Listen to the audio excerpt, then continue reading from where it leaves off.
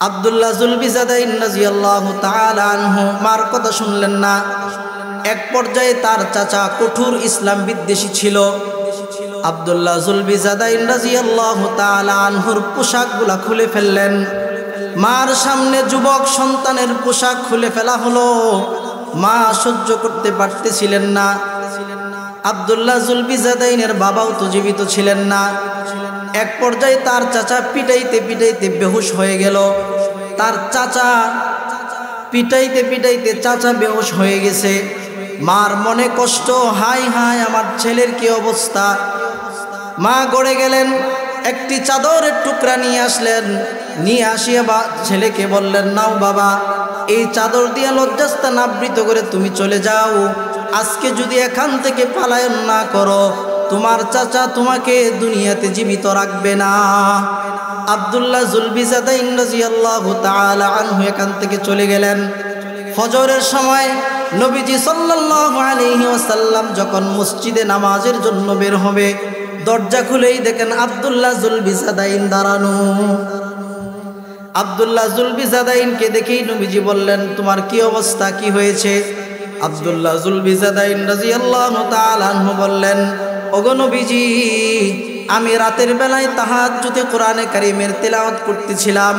আমার মা আমার তেলাওয়াত শ্রবণ করেছে। এরপরে আমার মা আমাকে জিজ্ঞাসা করেছে, এই ছন্দ আকারের কবিতা তুমি কোত্থেকে শিখেছ? মাকে আমি বললাম, আমি ইসলাম ধর্ম গ্রহণ করেছি। এই কথা আমার চাচার কানে পৌঁছেছে। চাচা আমাকে পিটায় এই অবস্থা করেছে। আমার মা একটি মাত্র চাদর দিয়ে আমাকে বিদায় দিয়েছে। নবীজি সাল্লাল্লাহু আলাইহি ওয়াসাল্লাম হুজরার মধ্যে গেলেন। যাওয়ার পরে দুইটা চাদর নিয়ে আসলেন। নবীজি বললেন, আব্দুল্লাহ, ঈমানের উপর অটল অবিচল থাকার জন্য তুমি যে কুরবানি করেছো, আল্লাহর আরশ পর্যন্ত তোমার কুরবানি চলে গেছে। আমি তোমাকে একটা প্রস্তাব দেই, দেখো প্রস্তাবটা পছন্দ হয় কিনা। এক নাম্বার প্রস্তাব হলো, তুমি আমার কাছে একটা বকরি বিক্রি করে ফেলো। বকরিটার দুধ দহন করে তুমিও খাইবা, আমিও খাবো। বকরি জবাই করে তার গোশত বোনা করে তুমিও খাইবা, আমিও খাবো। তোমার জন্য আমি কিছু দিরহাম দিয়ে দিব, তুমি ফ্রিতে কিছু দিরহাম পেয়ে যাইবা। রাখাল ভাই বলতেছে, ও মুসাফির ভাই, আমি যদি আজকে আপনাকে একটি বকরি বিক্রি করে দেই, আমার মালিক যদি জিজ্ঞাসা করে এই বকরি কোথায়? ওমর রাদিয়াল্লাহু তাআলা আনহু বললেন, মালিককে তুমি বলবা ইতিপূর্বে যেত তোমার বকরির পাল থেকে বাঘে অনেক বকরি আগে পরে খেয়েছে, এজন্য মালিককে বলবা বকরি বাঘে খেয়ে ফেলেছে।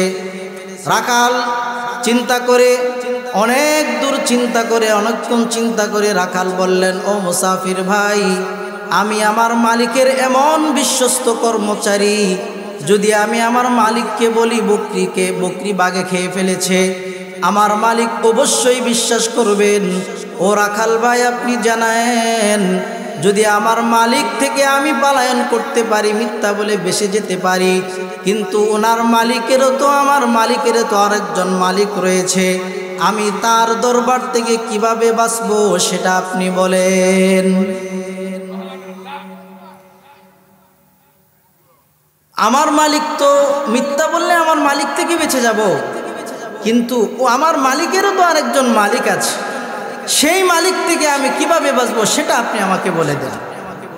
ওমর রাদিয়াল্লাহু তাআলা আনহু রাখালের এই কথা শুনে তিনি আশ্চর্য হয়ে রাখালের কপালে একটি চুমা দিলেন। রাখালকে বললেন, ভাই ঠিক আছে, আমাকে তোমার দুধ পান করাতে হবে না।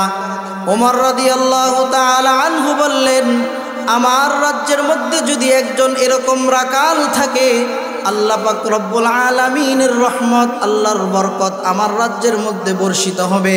এবার চিন্তা করে দেখেন, একজন রাখাল যদি এত আমানতদার হয়, আল্লাহকে এত পরিমাণে ভয় করে, আপনাকে আমাকে আমার মালিক আল্লাহ তাকে কি পরিমাণ ভয় করা উচিত, কি পরিমাণ ভয় তাকে আমার করতে হবে, কি পরিমাণ ভয় করতে হবে। এই নসিহতটাই হযরতে আবু যর রাদিয়াল্লাহু তাআলা আনহুকে নবীজি করলেন, ইত্তাকিল্লাহ হাইসুমা কুনত। এক নাম্বার, আল্লাহকে সর্ব অবস্থায় তুমি ভয় করবে, যেখানেই থাকো না কেন। এটা হলো ইস্তাকামা।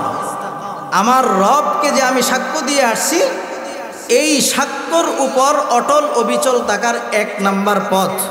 সর্ব অবস্থায় ভয় করব কাকে? আওয়াজ দিয়া বলেন, কাকে? আল্লাহকে সর্ব অবস্থায় ভয় করতে হবে। দুই নাম্বার, সব সময় আল্লাহর উপর ঈমান রাখতে হবে। কি রাখতে হবে? ঈমান রাখতে হবে।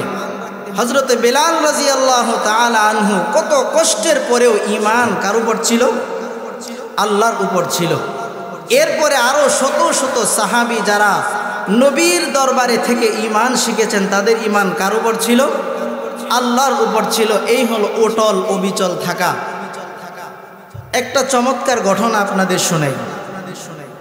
নবীজি সাল্লাল্লাহু আলাইহি ওয়াসাল্লাম যখন মক্কা থেকে মদিনায় চলে আসলেন হিজরত করে, নবীজি সাল্লাল্লাহু আলাইহি ওয়াসাল্লাম যখন মক্কা থেকে মদিনায় আসলেন, মদিনার সমস্ত মানুষ নবীকে দেখার জন্য পাগল হয়ে গেল। তাদের মধ্য থেকে একজন কাফের ছিল, তখনও পর্যন্ত ঈমান গ্রহণ করে নাই।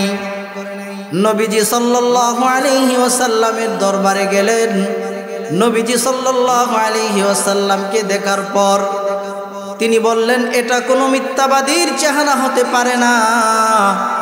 নবীর কাছে যায় বললেন, আমাকে কিছু নসিহত করেন, ওয়াজ করেন। নবীজি সাল্লাল্লাহু আলাইহি ওয়াসাল্লাম তাকে কিছু নসিহত পেশ করলেন, তাকে কিছু ওয়াজ নসিহত করলেন। এই নবীজি সাল্লাল্লাহু আলাইহি ওয়াসাল্লামের ওয়াজ শুনে ওই কাফের যুবক নবীজি সাল্লাল্লাহু আলাইহি ওয়াসাল্লামকে বললেন, আমি আর খাল কেমন করতে চাই না, আর বিলম্ব করতে চাই না, এখনই আপনি আমাকে মুসলমান বানিয়ে দেন। ওই সাহাবীর নাম হলো আব্দুল্লাহ যুলবিজাদাইন। নবীজি সাল্লাল্লাহু আলাইহি ওয়াসাল্লাম আব্দুল্লাহ যুলবিজাদাইনকে বললেন, ও যুবক, তোমার বাড়ি কোথায়? আব্দুল্লাহ যুলবিজাদাইন রাদিয়াল্লাহু তাআলা আনহু বললেন, আমার বাড়ি হলো ওয়াক্কাস বাজারের পিছনে। যখন আমি শুনেছি আপনি মদিনাতে আসবেন, আমার বন্ধু বান্ধবের সাথে আমি আপনার খেদমতে হাজির হয়েছি। যখন আমি আপনার চেহারা মুবারক দেখলাম, আমার মনে হলো এটা কোনো মিথ্যাবাদীর চেহারা হতে পারে না। এজন্য আমি আপনাকে বললাম, আপনি আমাকে ইসলাম ধর্ম গ্রহণ করায়া দেন। নবীজি সাল্লাল্লাহু আলাইহি ওয়াসাল্লাম আব্দুল্লাহ যুলবিজাদাইনকে মুসলমান বানিয়ে দিলেন। আবার একটা নসিহত করে দিলেন, আব্দুল্লাহ, এই কথা তুমি বাড়িতে কারো কাছে প্রকাশ করবে না, কারণ তোমার বাবা জীবিত নাই, তোমার মা সেও বদ্দিন, সে ইসলাম ধর্ম গ্রহণ করে নাই, তোমার চাচাও ইসলাম ধর্ম গ্রহণ করে নাই। নবীজি সাল্লাল্লাহু আলাইহি ওয়াসাল্লামের কাছ থেকে আব্দুল্লাহ যুলবিজাদাইন কোরআনের আলো নিয়ে তিনি বাড়িতে ফিরে আসলেন। বাড়িতে ফিরে আসার পর নবীজি সাল্লাল্লাহু আলাইহি ওয়াসাল্লাম থেকে যে আমলগুলা তিনি নিয়ে আসছেন, আস্তে আস্তে তিনি বাড়ির মধ্যে সে আমল চালু করে দিলেন। মা গভীর রাতে দেখতে পায়, আমার ছেলের মধ্যে তো কিছু পরিবর্তন দেখা যায়, কিছু পরিবর্তন আসতেছে। মার মনে সন্দেহ হলো, আমার ছেলের মধ্যে এমন পরিবর্তন কেন আসলো? আমার ছেলের মধ্যে এমন পরিবর্তন তো আগে কখনো আমি দেখি নাই। এক পর্যায়ে তিনি এটার কারণ তালাশ করতে থাকলেন। একদিন গভীর রাত তাহাজ্জুদের মধ্যে দাঁড়িয়ে এই যুবক সন্তান তেলাওয়াত করতেছে, আর মা গভীর রাতে উঠে তার তেলাওয়াতের আওয়াজ শুনতে পাচ্ছে। যে আয়াতগুলা তিনি তেলাওয়াত করেছিলেন সেই আয়াতগুলো হলো, ওয়াইবাদুর রহমানিল্লাযীনা ইয়ামশুনা আলাল আরদি হাওনা وَإِذَا خَاطَبَهُمُ الْجَاهِلُونَ قَالُوا سَلَامًا وَالَّذِينَ يَبِيتُونَ لِرَبِّهِمْ سُجَّدًا وَقِيَامًا وَالَّذِينَ يَقُولُونَ رَبَّنَا اصْرِفْ عَنَّا عَذَابَ جَهَنَّمَ ইন্না আযাবাহা কানা গরামা। এই আয়াতগুলা তাহাজ্জুদের নামাজের মধ্যে তেলাওয়াত করতেছিল। তার মা কান পেতে শুনলেন। নামাজ শেষ হওয়ার পরেই বললেন, বাবা এই ছন্দ মিলের কবিতা তুমি কোন জায়গা থেকে শিখে আসলা? ইতিপূর্বে তো আমি তোমার কাছে এরকম কবিতা কখনো শুনি নাই। যুবক সন্তান মাকে বললেন, মা কষ্ট পাবেন না, আপনার গর্ভে আমি 10 মাস 10 দিন ছিলাম, কিন্তু আপনাকে আমার বলার মতো সুযোগ হয় নাই। এই মদিনার মধ্যে নতুন নবী আগমন করেছে, তার নাম হলো মুহাম্মাদুর রাসূলুল্লাহ। আমি তাকে দেখার জন্য গিয়েছিলাম। যাওয়ার পর আমি তাকে বললাম, আমাকে কিছু নসিহত করেন। ওনার নসিহত শুনে আমার দিলটা কেঁদে দিল। আমি ওনার কাছে ইসলাম ধর্ম গ্রহণ করেছি। আপনি কিছু মনে করিয়েন না, আপনি কষ্ট পায়েন না, আমি আপনাকে ইসলামের দাওয়াত দিচ্ছি। এই দুনিয়ায় আপনি বেশি দিন থাকতে পারবেন না।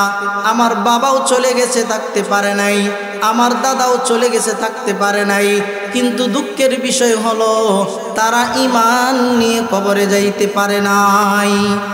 আসেন আপনিও ইসলাম ধর্ম গ্রহণ করেন।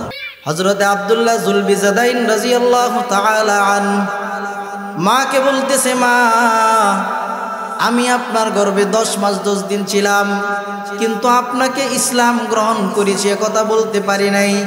আপনিও ইসলামের সুশীতল ছায়াতলে চলে আসেন, আপনিও দুনিয়াতে বেশি দিন থাকতে পারবেন না। এই কথার আওয়াজ তার চাচার কানে চলে গেল। রাত্র যখন শেষ হলো, তার চাচা ফজর হওয়ার সাথে সাথেই খেজুরের ডালা নিয়ে এই আব্দুল্লাহ যুলবিজাদাইন রাদিয়াল্লাহু তাআলা আনহুকে পিটাতে শুরু করলো। পিটাতে পিটাতে এক পর্যায়ে তার শরীর রক্তাক্ত হয়ে গেল। এরপরে মা বলতেছে, বাবা বাপ দাদার ধর্ম ছাড়িও না, তুমি মুহাম্মাদের ধর্ম ছেড়ে দাও, বাপ দাদার ধর্মে ফিরে আসো। আব্দুল্লাহ যুলবিজাদাইন রাদিয়াল্লাহু তাআলা আনহু বললেন, না না মা, আপনি যতই বলেন না কেন, দুনিয়ার এই অল্প জীবনের কষ্ট আমি সহ্য করতে পারবো, কিন্তু কাল কিয়ামতের ময়দানে জনম জনমের জন্য আমি জাহান্নামে যেতে পারি না। আব্দুল্লাহ যুলবিজাদাইন রাদিয়াল্লাহু তাআলা আনহু মার কথা শুনলেন না। এক পর্যায়ে তার চাচা কঠোর ইসলাম বিদ্বেষী ছিল। আব্দুল্লাহ যুলবিজাদাইন রাদিয়াল্লাহু তাআলা আনহুর পোশাকগুলা খুলে ফেললেন। মার সামনে যুবক সন্তানের পোশাক খুলে ফেলা হলো। মা সহ্য করতে পারতেছিলেন না। আব্দুল্লাহ যুলবিজাদাইনের বাবাও তো জীবিত ছিলেন না। এক পর্যায়ে তার চাচা পিটাইতে পিটাইতে বেহুশ হয়ে গেল। তার চাচা পিটাইতে পিটাইতে চাচা বেহুশ হয়ে গেছে।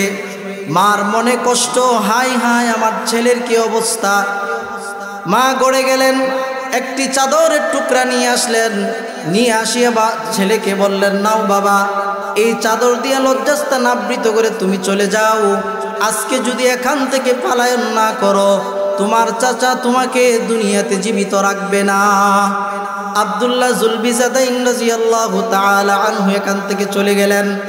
ফজরের সময় নবীজি সাল্লাল্লাহু আলাইহি ওয়াসাল্লাম যখন মসজিদে নামাজের জন্য বের হবে, দরজা খুলেই দেখেন আব্দুল্লাহ যুলবিজাদাইন দাঁড়ানো। আব্দুল্লাহ যুলবিজাদাইনকে দেখেই নবীজি বললেন, তোমার কি অবস্থা, কি হয়েছে? আব্দুল্লাহ যুলবিজাদাইন রাদিয়াল্লাহু তাআলা আনহু বললেন, ওগো নবীজি, আমি রাতের বেলায় তাহাজ্জুদে কোরআনে কারীমের তেলাওয়াত করতেছিলাম। আমার মা আমার তেলাওয়াত শ্রবণ করেছে। এরপরে আমার মা আমাকে জিজ্ঞাসা করেছে, এই ছন্দ আকারের কবিতা তুমি কোত্থেকে শিখেছ? মাকে আমি বললাম, আমি ইসলাম ধর্ম গ্রহণ করেছি। এই কথা আমার চাচার কানে পৌঁছেছে। চাচা আমাকে পিটায় এই অবস্থা করেছে। আমার মা একটি মাত্র চাদর দিয়ে আমাকে বিদায় দিয়েছে। নবীজি সাল্লাল্লাহু আলাইহি ওয়াসাল্লাম হুজরার মধ্যে গেলেন। যাওয়ার পরে 2টা চাদর নিয়ে আসলেন। নবীজি বললেন, আব্দুল্লাহ, ঈমানের উপর অটল অবিচল থাকার জন্য তুমি যে কুরবানি করেছো, আল্লাহর আরশ পর্যন্ত তোমার কুরবানি চলে গেছে। আল্লাহ পাক রব্বুল আলামিন তোমার এই দৃশ্য দেখেছেন। নবীজি সাল্লাল্লাহু আলাইহি ওয়াসাল্লাম দুইটা চাদর দিলেন। একটা চাদর দিয়ে তিনি লজ্জাস্থান আবৃত করলেন, আরেকটা চাদর দিয়ে তিনি শরীর ঢাকলেন। এরপরে থেকে তিনি বললেন, ও আল্লাহর রাসূল, আজকে থেকে আমি চিরজীবনের জন্য আমি আপনার এখানে মুকিম হয়ে গেলাম, আর কোনোদিন আমি কোথাও যেতে পারবো না। আমার বাবার বাড়ি থেকে আমি চলে এসেছি, আমার মার থেকে আমি চলে এসেছি, আমার চাচাকে ছেড়ে আমি চলে এসেছি। আজকে থেকে আমি চিরস্থায়ীভাবে আপনার এখানে চলে আসলাম, আর কোনোদিন এখান থেকে ফিরে যাব না। আব্দুল্লাহ জুলবিজাদাইন রাদিয়াল্লাহু তাআলা আনহু যখনই মসজিদে যেতেন, মসজিদে যাওয়ার পর উচ্চ স্বরে তিনি বলতেন আল্লাহু আকবার। বলেন না আল্লাহু আকবার, আল্লাহু আকবার। আওয়াজ দিয়ে বলেন আল্লাহু আকবার। আব্দুল্লাহ জুলবিজাদাইন রাদিয়াল্লাহু তাআলা আনহু যখনই মসজিদে প্রবেশ করতেন উচ্চ সুরে বলতেন আল্লাহু আকবার। ওমর রাদিয়াল্লাহু তাআলা আনহু বলতেন, ও আব্দুল্লাহ জুলবিজাদাইন, এত উচ্চ সুরে আল্লাহু আকবার বলো কেন? নবীজি বললেন, ওগো ওমর, আব্দুল্লাহ এতদিন ইসলামের আলো পায় নাই, এখন যেহেতু তার কলবের মধ্যে ইসলামের বাতি জ্বলেছে, এজন্য তাকে উচ্চ সুরে আল্লাহু আকবার বলতে দাও, কারণ সে তো আল্লাহর প্রেমের আশিক। যখনই সে আল্লাহু আকবার বলে তার অন্তরে সে তৃপ্তি পায়। এই হলো অটল অবিচল থাকা। আমরা যে আল্লাহর কাছে বলে আসছি, ওয়াজ মনে আছে কি বলে আসছি? আমাদের রবকে। এরপরে কি? ইস্তাকামু, কি থাকতে হবে? অটল অবিচল থাকতে হবে। এই অটল অবিচলের এই আয়াতের ব্যাখ্যায় মুহাদ্দিসিন কিরাম হাদিসের মধ্যে বলেছেন, এক নাম্বার হলো ইত্তাকিল্লাহ। কাকে ভয় করতে হবে? আল্লাহকে। আল্লাহকে ভয় করার একটি ঘটনা শুনিয়েছি হযরতে ওমর রাদিয়াল্লাহু তাআলা আনহু এবং রাখালের ঘটনা। দুই নাম্বার নসিহত হযরতে আবু যর রাদিয়াল্লাহু তাআলা আনহুকে বলেন। নবীজি সাল্লাল্লাহু আলাইহি ওয়াসাল্লাম আবু যরকে বললেন, ওয়াতবি'is সাইয়্যাতাল হাসানাতা তামহুহা। নবীজি সাল্লাল্লাহু আলাইহি ওয়াসাল্লাম হযরত আবু যরকে বললেন, ও আবু যর, যখনই তুমি কোনো গুনাহের কাজ করবা, সাথে সাথে একটা নেকের কাজ করবা। যখনই গুনাহের কাজ করবা, সাথে সাথে নেকের কাজ করবা। কি নসিহত বলেন? যখনই গুনাহের কাজ করবা, সাথে সাথে নেকের কাজ করবা। কেন? নবীজি সাল্লাল্লাহু আলাইহি ওয়াসাল্লাম ওপর হাদিস শরীফের মধ্যে বলেছেন, ইন্না ফিল জাসাদি মুযগাহ ইযা সালুহাত সালুহাল জাসাদু কুল্লু ওয়া ইযা ফাসাদাত ফাসাদাল জাসাদু কুল্লু। মানুষের অন্তরের মধ্যে একটি গোশতের টুকরা রয়েছে, যদি এই গোশতের টুকরাটা সংশোধন হয়ে যায়, তার গোটা বডিটাই সংশোধন হয়ে যাবে। যদি এই গোশতের টুকরাটা নষ্ট হয়ে যায়, তার গোটা বডিটাও নষ্ট হয়ে যাবে। তার নাম হলো কলব। নবীজি সাল্লাল্লাহু আলাইহি ওয়াসাল্লাম হাদিস শরীফের মধ্যে বলেন, যখনই মানুষ কোনো গুনাহ করে, তখনই তার অন্তরের মধ্যে একটা কালো দাগ পড়ে। যখনই গুনাহ করে তখনই কালো দাগ পড়ে। এক পর্যায়ে গুনাহ করতে করতে করতে করতে তার কলবটা কালো দাগ দ্বারা আবৃত হয়ে যায়, আর কোনো কালো দাগ পড়ার মতো কোনো জায়গা থাকে না। ওই মানুষটার কলব এমন শক্ত হয়ে যায়, কোরআনের কথাও তার কাছে ভালো লাগে না, হাদিসের কথাও তার কাছে ভালো লাগে না, উলামা ইকরামের কথাও তার কাছে ভালো লাগে না, সৎ আমল করা সেটাও তার কাছে ভালো লাগে না, নামাজ পড়াও ভালো লাগে না, রোজা রাখাও ভালো লাগে না। অর্থাৎ এক পর্যায়ে সে এমন পর্যায়ে চলে যায়, ইসলামের কোনো বিধান সে মানতে পারে না। এভাবে চলতে চলতে চলতে চলতে জীবনের শেষ প্রান্তে চলে যায়।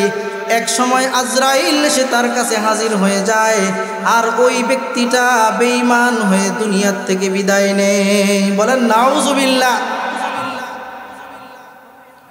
এজন্য ওয়াতবি'is সাইয়্যাতাল হাসানাতা তামহুহা। যখনই কোনো গুনাহের কাজ হয়ে যাবে, সাথে সাথেই কি করব? নেকের কাজ করব। বলেন না, সাথে সাথে কি করব? নেকের কাজ করব। আপনাদেরকে বলাইতেছে, আপনারা কষ্ট পাইতেছেন। ওয়াজের ময়দানগুলাতে যদি বলানো না হয়, এটাও তো একটা দরজ, শিকনের জায়গা না? এখানে যদি আমরা উচ্চারণ মুখে না করি, তাহলে আমাদের এটা জেহানে যাবে না। এজন্য ইমামে আবু হানিফা রহমতুল্লাহ আলাই তিনি বলেছেন পড়া কাকে বলে? কি বলেন? এটা পড়ছি আমি? আমার দিকে তাকান, আমি কি পড়ছি? এটা কি পড়া বলে? পড়ার অর্থই হলো ইকরা, আপনি পড়েন। এর অর্থ কি? অর্থ হলো আপনি জবানে উচ্চারণ করেন। এটা যদি আপনি জবান দ্বারা উচ্চারণ করেন, এটা আপনার মেধায় যাবে, মেধায় এখানে আটকিবে। এজন্য আপনারা যে মাদ্রাসায় আসছেন, এই মাদ্রাসায় ছাত্রদেরকে পাগড়ি দেওয়া হবে। এখন ছাত্ররা যে হাফেজ হলো, কত বছর পড়াশোনা করছে? পড়াশোনা করে নেই? বলেন না, পড়াশোনা করছে কিনা? শেষ রাতে উঠে তাদেরকে সবক পড়তে হয়েছে, সবক শোনানোর পর 7 সবক পড়তে হয়েছে। আমাকেও আল্লাহ তাআলা হাফেজ হওয়ার তৌফিক দিয়েছেন। এজন্য আমি জানি কি পরিমাণ পড়া লাগে, কি পরিমাণ পড়া লাগে। এজন্য পড়া অর্থ হলো ইকরা, পড়েন। এই ওয়াজের মজলিসটাও হলো একটা দরস, ক্লাসের জায়গা, ক্লাস। এখানে আমাদেরকে উচ্চারণ করতে হবে। আমরা যদি উচ্চারণ না করি, ওয়াজ শুধু মাথার উপর দিয়ে যাবে। ওয়াজ এই প্যান্ডেলের ভিতরে থাকবে, এই গেটের বাহিরে যাবে না। শুধু খালি মধুর সুমধুর সুর শুনে যাব, কিন্তু এটা বাড়ির গেট পর্যন্ত পৌঁছাবে না। এমন ওয়াজ শুধু যদি আপনি 50 বছরও শুনতে থাকেন, কোনো ফায়দা হবে না। কি বলেন, ফায়দা হবে? এজন্য ওয়াজ কি করতে হবে? এখান থেকেই মুখস্থ করে বাড়ি নিয়ে যেতে হবে, এবং বাড়িতে নেওয়ার পর এটাকে আমলে রূপ দিতে হবে। তাহলেই আমাদের এই মাহফিল কামিয়াব। যিনি বলনেওয়ালা তিনার বলাও সার্থক, আর যারা শুননেওয়ালা শ্রোতা তাদের শোনাও সার্থক, ঠিক না? এজন্য আমাদেরকে বলতে হবে। আমরা আল্লাহর কাছে বলে আসছি আমাদের রব আল্লাহ। এরপরে ইস্তাকামু, অবিচল থাকতে হবে। কিভাবে থাকবো? এটা হাদিস থেকে বুঝাই দিচ্ছি। কিভাবে অটল অবিচল থাকবো, এটার প্রমাণ কোত্থেকে দিচ্ছি? হাদিস থেকে। হাদিসের মধ্যে 1 নাম্বার বলা হয়েছে, আবু যার তুমি যেখানেই থাকো ভয় করবা কাকে? আল্লাহকে। 2 নাম্বার, যখনই কোনো গুনাহ করো সাথে সাথে নেকের কাজ, সাথে সাথে নেকের কাজ করতে হবে। 3 নাম্বার, ওয়াখালিকুন নাসা বিখুলুকিন হাসান। 3 নাম্বার হলো ওয়াখালিকুন নাসা বিখুলুকিন হাসানিন, মানুষের সাথে সৎ ব্যবহার করতে হবে। এটা আমাদের পুরা বাংলাদেশে এটার অভাব। কারোর সাথে কারো সামান্য পরিমাণ দুশ্মনী হলে আর সৎ ব্যবহার নাই। কি নাই? আর সৎ ব্যবহার নাই। ভাইয়ের সাথে ভাইয়ের সামান্য দ্বন্দ্ব, তাকে আর সে দেখতে পারে না, তাকে আর সে দেখতে পারে না। চাচার সাথে ভাতিজার সামান্য দ্বন্দ্ব, চাচাকে দেখতে পারে না।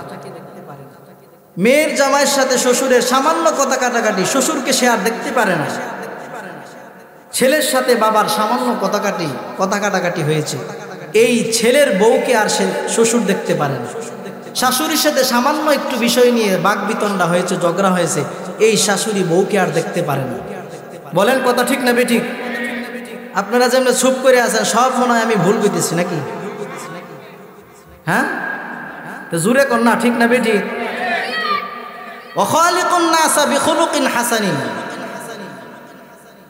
একটা আশ্চর্য হাদিস শোনাবো, আশ্চর্য হাদিস। নবীজি সাল্লাল্লাহু আলাইহি ওয়াসাল্লাম বলেন, দুনিয়াতে প্রতিদিন সবচেয়ে ভালো মানুষ হলো ওই ব্যক্তি, খুব মনোযোগ দিয়ে শুনবেন, সবচেয়ে ভালো মানুষ, সবচেয়ে আল্লাহর কাছে মকবুল মানুষ, প্রিয় মানুষ, সে হলো ওই ব্যক্তি। বুখারী শরীফের হাদিস বলতেছি, সে হলো ওই ব্যক্তি যে ব্যক্তি সকালবেলা এমন অবস্থায় বের হলো, এই মানুষটার অন্তরে কোনো মানুষের ব্যাপারে কোনো হিংসা নাই, কোনো কষ্ট নাই, কোনো দুঃখ নাই। বিকালবেলা সে যখন ঘুমের ঘরে ফিরবে, রাত্রবেলায়, সে রাত্রবেলায় এমন অবস্থায় ঘরে ফিরল, কোনো মানুষের ব্যাপারে তার মনে কোনো হিংসা নাই, কোনো বিদ্বেষ নাই, কোনো কষ্ট নাই। নবীজি বলেন আল্লাহর কাছে সবচাইতে প্রিয় মানুষটা হলো এই ব্যক্তি। কি বলেন? নবীজি কি নামাজের কথা বলছে, হজের কথা বলছে, রোজার কথা বলছে, যাকাতের কথা বলছে? এটি গুরুত্বপূর্ণ বিধান না ইসলামে? এগুলার একটার কথাও নবীজি বলেন নাই। নবীজি বলছেন সবচেয়ে আল্লাহর কাছে প্রিয় মানুষ হলো ওই ব্যক্তি যে ব্যক্তি সকালে এমন অবস্থায় ঘুম থেকে উঠল, রাত্রেবেলা তার অন্তরে কারো ব্যাপারে কোনো হিংসা ছিল না, কোনো দুশ্মনী ছিল না, কোনো বিদ্বেষ ছিল না, এবং পরের দিন যখন সে আবার ঘুমের ঘরে ফিরবে তার অন্তরে কারো ব্যাপারে কোনো কষ্ট ছিল না, দুশ্মনী ছিল না, বিদ্বেষ ছিল না। অন্তরটাকে একদম এই পানির মতো ফ্রেশ করে সে ঘুমের ঘরে গেল। নবীজি বলেন এই ব্যক্তিটা হলো আল্লাহর কাছে সবচাইতে প্রিয় মানুষ। এই প্রিয় মানুষকে আমরা আল্লাহর কাছে হইতাম চাই? বলেন না, হাত তোলেন সবাই। সবাই হইতাম চাই? বলেন নারায়ে তাকবীর, নারায়ে তাকবীর। সবাই প্রিয় মানুষ হইতে চাই? তাহলে কি করতে হবে? ওয়াখালিকুন নাসা বিখুলুকিন হাসান। নবীজি সাল্লাল্লাহু আলাইহি ওয়াসাল্লাম হযরতে আবু যরকে 3 নাম্বার নসিহত করতেছেন। ও আবু যর, তুমি মানুষের সাথে ভালো ব্যবহার করবে, আল্লাহর সৃষ্টির সাথে তুমি ভালো ব্যবহার করবে। মানুষের সাথে ভালো ব্যবহার করতে হবে, এটা তো গুরুত্বপূর্ণ একটি বিষয়। শুধু মানুষের সাথে ভালো ব্যবহার করা আল্লাহর কাছে মকবুল নয়। একজন জিনাকারী নারী, কি নারী?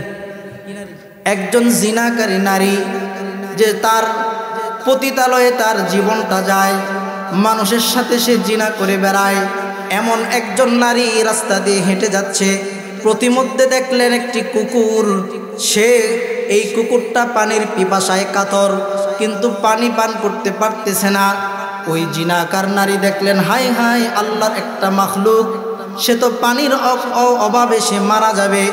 তখন সে চেষ্টা করলো পানি পান করানোর জন্য, কিন্তু তার উড়না দিয়ে সে পানি কূপ থেকে উঠাইতে পারতেছে না। আবার অন্য কিছুর সাহায্য নিয়ে সে পানিটা, উড়নাটা তার কূপ থেকে ভিজিয়ে কুকুরের মুখের মধ্যে সে পানিটা দিল। আল্লাহ পাক রব্বুল আলামিন বলেন, তোমরা জেনে রাখো আমার এই মাখলুকের সাথে সে যে ব্যবহারটা করেছে, আমি আল্লাহ তার উপর খুশি হয়ে তার জীবনের সমস্ত গুনাহ খাতা আমি মাফ করে দিলাম। ওয়াখালিকুন নাসা বিখুলুকিন হাসানিন। একজন কুকুরের সাথে ভালো ব্যবহার করার কারণে একজন জিনাকারকে যদি আল্লাহ জান্নাত দেয়, তাহলে আল্লাহ পাক রব্বুল আলামিন সবচাইতে উৎকৃষ্ট এবং শ্রেষ্ঠ জীব হলো আল্লাহর কাছে মানুষ। আল্লাহ বলেন ওয়ালাকাদ কাররামনা বনি আদম, আমি বনি আদমকে সম্মান দান করেছি। সম্মান কতটুকু দিয়েছি? আল্লাহ বলেন সম্মান তাকে জমিনে দেই নাই, সম্মান দিতে দিতে আমি তাকে আসমান পর্যন্ত নিয়েছি। আমার নবীকে আসমান পর্যন্ত নিয়েছেন কিনা? বলেন না, আসমান পর্যন্ত নিয়েছেন কিনা?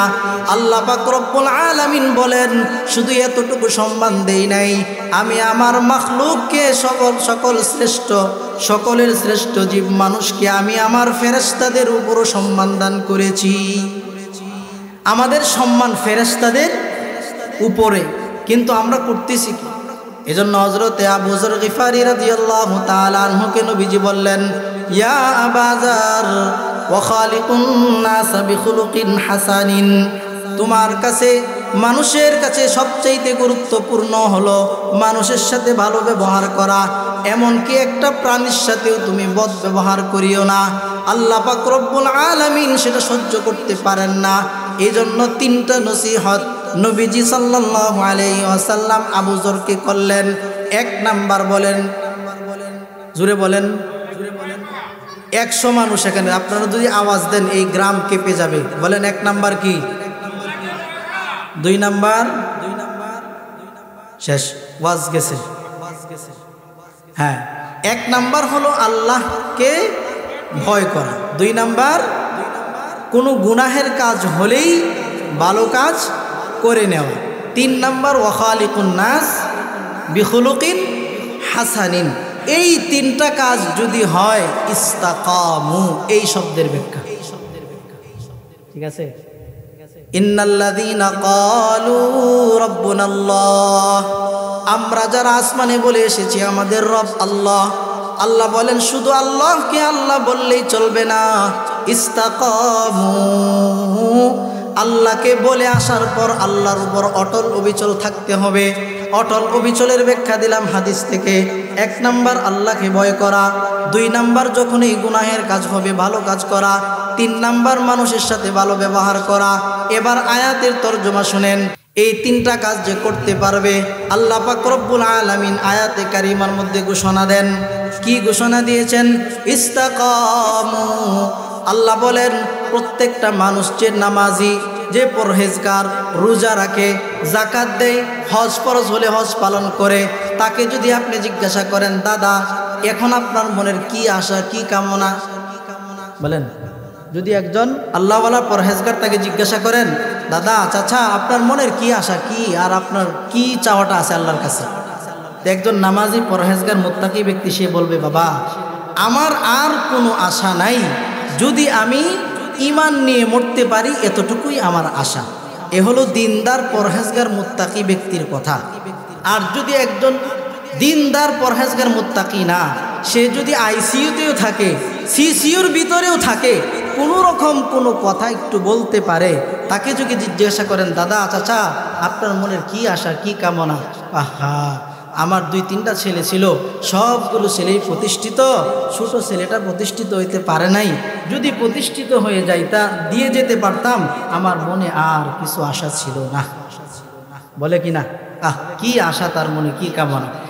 এই দিনদার ব্যক্তি যখন সে এই 3টা বিষয়ের উপর অটল অবিচল থাকলো, আল্লাহর ঘোষণাটা শোনাই আমি শেষ করে দিচ্ছি। আল্লাহ বলেন ইন্নাল্লাযীনা ক্বালু রাব্বুনাল্লাহ সুম্মা ইসতাকামু। 3 বিষয়ের উপর যখন আপনি অটল অবিচল লইলেন, তাতানাজ্জালু আলাইহিমুল মালাইকা। আল্লাহ বলেন বান্দা তুমি 3টা বিষয়ের উপর অটল অবিচল ছিলা, আমি আল্লাহ তোমাকে এভাবে ছেড়ে দিব না। মৃত্যুর সময় যখন তোমার চলে আসবে, আজরাইল আলাইহিস সালাম যখন তোমার ঘরের বারান্দায় চলে আসবে, তুমি যখন জান্নাত জাহান্নামের মধ্যে ঢেউ খেলতে থাকবা, মৃত্যুর সাথে পাঞ্জা লড়তে থাকবা, আল্লাহ বলেন তাতানাজ্জালু আলাইহিমুল মালাইকা। বান্দা তোমার ভয় নাই, কোনো টেনশন নাই, চিন্তা নাই, আমি আল্লাহ আসমান থেকে তোমার জন্য ফেরেশতা নাজিল করব।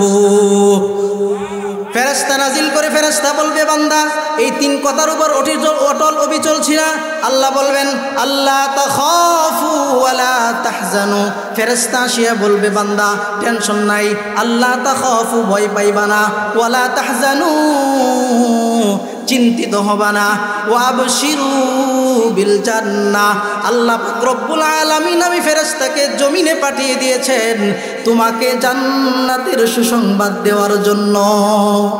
ফেরেশতা আসিয়া এভাবে কথা বলতে থাকে, আর মাঝখান দিয়ে আজরাইল আলাইহিস সালাম আসিয়া তার জান নিয়ে যায়। যেহেতু ফেরেশতা বলতে থাকে জান্নাতে যাইবা, টেনশন নাই চিন্তা নাই, ফাঁকে দিয়ে আজরাইল আলাইহিস সালাম জান কবজ করে নিয়ে যায়। আল্লাহওয়ালা ব্যক্তি তার জান কবজ হয়েছে ঠিক, কিন্তু সে তার জান কবজের কষ্ট সে অনুভব করতে পারে নাই। ওয়াবশিরু বিল জান্নাহ, তাকে জান্নাতের সুসংবাদ দিয়ে ফেরেশতা দুনিয়া থেকে তাকে জান্নাতের সুসংবাদ দিয়েই কবরে নিয়ে যায়। আমরা কি জান্নাতের সুসংবাদ দুনিয়াতে পেতে চাই?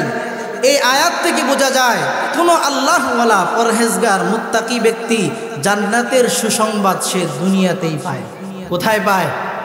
দুনিয়াতেই পায়। দুনিয়া থেকেই জান্নাতের সুসংবাদ নিয়ে সে কবরের মধ্যে যায়। এই 3টা বিষয়ের উপর অটল অবিচল থেকে দুনিয়া থেকেই জান্নাতের সুসংবাদ নিয়ে আমাদেরকে আল্লাহ কবরে যাওয়ার তৌফিক দান করেন। সকলেই বলেন আমিন।